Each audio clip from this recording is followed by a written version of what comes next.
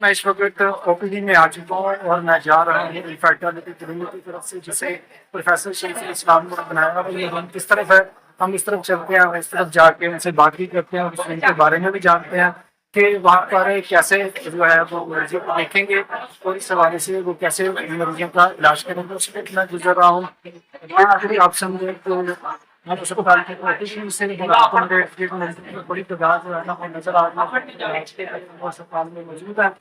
और यहाँ पे आप देख सकते हैं कि मेरे आगे पीछे इमाम साहब में हजूम है, जो कि घंटे यहाँ पर काम कर रहे हैं, साथ साथ चल रहे हैं। और ये देखेंगे बिल्कुल पहुँच रहे हैं इस मेंटालिटी क्लिनिक की जाने में।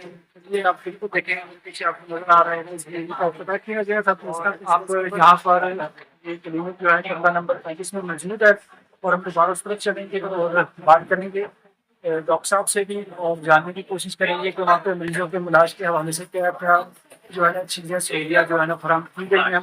इस क्लिनिक का रास्ता जो है ना वो बाइक की तरफ से है और ये बिल्कुल ये ऊपर से हम अंदर दाखिल हो रहे हैं और ये देखिए भी हम इस क्लिनिक में दाखिल हो चुके हैं। और ये वो जगह है जिसे हम यूरानी के हवाले से ओपीडी भी कह सकते हैं। इस ओपीडी में मरीजों का इलाज भी हो रहा है और ये बिल्कुल आप समझे कि एक यूरोलॉजी का जो पूरा एक सेटअप है, इसको हम कहते हैं कि यहाँ पर मरीज जो आते हैं अपने इलाज मुआवजे के लिए यहाँ पर मरीज आ चुके हैं। डॉक्टर साहब से हम कहेंगे कि हमें बताएं जी डॉक्टर साहब, ये वो केबल है आपका और ये लगा हुआ है पहले मर्दाना पाँचपन के हवाले से जो है उसे देख सकते हैं कि वहाँ पे लिखा हुआ है। और यहाँ से डॉक्टर साहब के लिए रूम है और इस रूम में डॉक्टर साहब खुद बैठते हैं अपने केबिन के ऊपर। डॉक्टर साहब, ये केबिन है आपका? हाँ जी, ये इसके कैबिन बारे है। में जी जी बिल्कुल बिल्कुल। और ये वो रजिस्टर है जो मैं आपसे बात करना था कि हम पेशेंट को एनरोल कर रहे हैं बिल्कुल सही। ताकि उसका प्रॉपर फॉलोअप हो। और ये वो जगह है स्क्रीनिंग के हवाले से। और डॉक्टर साहब कह रहे थे कि ये वो रजिस्टर है जिसमें फॉलो अप होता है तमाम मरीजों के बारे में, अगर पता लगता है कि जो जो मरीज यहाँ पर अपने इलाज के हवाले से जो ये है अगर आ आप रहे होते हैं। बिल्कुल ये पेशेंट तो ये पेज नंबर 3 में सारी पेशेंट की स्कीम में। तो ये कितने मरीज अब तक हो चुके हैं डॉक्टर साहब इससे के हवाले से, और आपने कितनों को चेक किया? ये आपको सारे मेरे थ्रू ही जाते हैं। ठीक है। 16 पेशेंट इसमें enroll हो चुके हैं। 16 पेशेंट। 16 पेशेंट इसमें enroll हो चुके हैं। अच्छा, आपने कहा था ये 2 दिन ये वाला आप काम करते हैं फर्टिलिटी का, वो कौन सा मंगल और जुमेरात? मंगल और जुमेरात को आप इस कैबिन में बैठकर मरीज देखते हैं जी अपने? जी। ठीक हो गया। इसके अलावा और कोई यहाँ पे वो हमें वो सेटअप नजर नहीं आया मेडिकल टेस्टों के हवाले से? मुआयने के लिए भी यही रूम है, टेस्ट आप लिख के देंगे तो टेस्ट तो लेबोरेटरी में से होंगे? क्योंकि मेन टेस्ट है ब्लड के टेस्ट वो लेबोरेटरी वाले नहीं करते हैं। बिल्कुल ठीक है। जो अल्ट्रासाउंड है वो रेडियोलॉजी डिपार्टमेंट से होता है। वो मुकम्मल तौर पर रेडियोलॉजी। इसमें कौन कौन सी तशखीस होती है अल्ट्रासाउंड अपना बताइएगा रेडियोलॉजी के हवाले से? रेडियोलॉजी में देखें अब ये सिलसिला ऐसा है और प्राइवेट पार्ट का एक अल्ट्रासाउंड किया जाता है मर्दाना। जी जी। उसमें हिसाब से हमने देखना होता है कि जो मर्दाना टेस्ट से जो मर्दाना चीज चाहिए अपने सेक्स के लिए वो से कहते हैं। जी जी। उसके मतलब वो सारी डिटेल उसकी सर्कुलेशन उसका साइज उसके अंदर जो पार्ट्स हैं उनकी डिटेल वो बताई जाती है। वो फिर हमें वो हमारे लिए इम्पोर्टेंट है। पेशेंट को हमें सिर्फ ये बताता नहीं कि हमें दर्द है या साइज बढ़ गया या कम हो गया, लेकिन उसकी हर चीज़ अंदर जो उसके पार्ट्स है वो हमारे लिए इम्पोर्टेंट है। तो कार्डियोलॉजिकल रिपोर्ट भी हम अगला टेस्ट में उसको एडवाइस करते हैं जो भी रिक्वायर्ड होता है। ठीक है। तो ये बेसिक्स रिपोर्टें हैं ब्लड की और अल्ट्रासाउंड इनके ऊपर काम चलता है सब। सारा काम चलता है। और डॉक्टर साथ जो इनफर्टिलिटी है उसके लिए सीमन एनालिसिस जो है ना वो सबसे बुनियादी टेस्ट है। सीमन एनालिसिस जो आपस में मियां बीवी के 3 से 5 दिन का वक्फा रख के सीमन का टेस्ट किया जाता है। इसकी रिपोर्ट 1 घंटे के अंदर अंदर बनाना जरूरी होती है लेबोरेटरी वाले। ये कितने तक का जो होता है ये टेस्ट होता है सीमन एनालिसिस वाला? आप जो प्राइवेट पार्टी है उसमें तो ये कोई 500 से 1000 रुपये का है। ठीक है। तो हमारे अंदर में हॉस्पिटल तो फ्री है। फ्री है।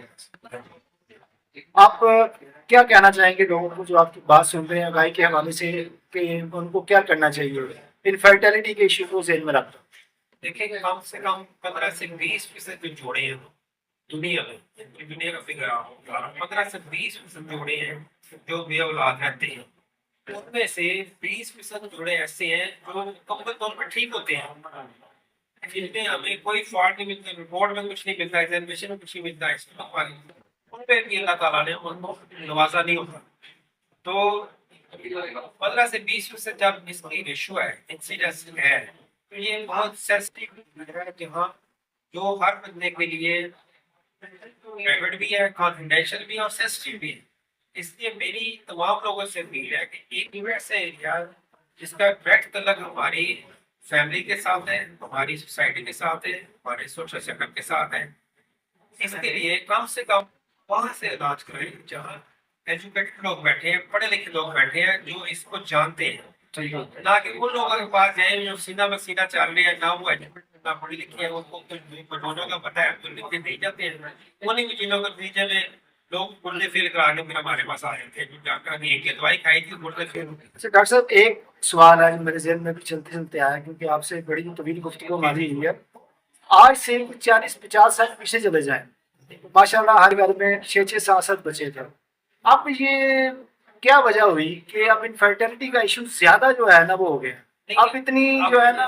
ये दो बातें आप मिक्स कर रहे हैं। एक तो इनफर्टिलिटी वो है जहाँ बच्चा है ही नहीं, जी बिल्कुल ठीक है। उसे हमारी जुबान में प्राइमरी इनफर्टिलिटी कहते हैं। ठीक है। सेकेंडरी इनफर्टिलिटी वो होती है कि जहाँ 1 या 2 बच्चे होते हैं, उसके 5-6 साल गुजर गए, तीसरा बच्चा या दूसरा बच्चा नहीं है, तो पेरेंट्स की ख्वाहिश होती है कि जो हमारा दूसरा बच्चा या तीसरा बच्चा हो, ठीक है। उसको सेकेंडरी इनफर्टिलिटी कहते हैं।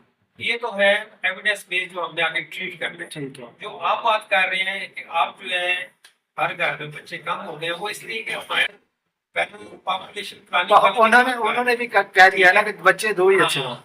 तो वो चूंकि आबादी ऐसे और बढ़ रही है, रिसोर्सेज की वजह से, रिसोर्सेज कम है, आबादी ज्यादा है, तो वो अदारा अपना काम कर रहे हैं फैमिली प्लानिंग, तो उस वजह से लोग जो है ना वो अपने बच्चे क्यों पैदा कर रहे हैं। लेकिन उस पर भी एक डायलेमा ये है कि जो पढ़े लिखे लोग हैं, जो अपने बच्चों की अच्छी परवरिश करके उनको अच्छा प्रोडक्ट दे सकते हैं, उन्होंने अपने बच्चे काम कर लिए। और जो अन पढ़े, जहाँ फर्ज है बच्चे खाना पोश लोग हैं, देखिए उनके 8-9 बच्चे, बिल्कुल ऐसे ही है। ठीक है ना। यानी जिन लोगों के पास रिसोर्स नहीं है, जो एजुकेशन नहीं दे सकते, उनके बच्चे ज्यादा होते हैं। तो ये भी एक डायलेमा है हमारी सोसाइटी के लिए। डॉक्टर साहब बहुत बहुत शुक्रिया आपसे गुफ्तगू करने का।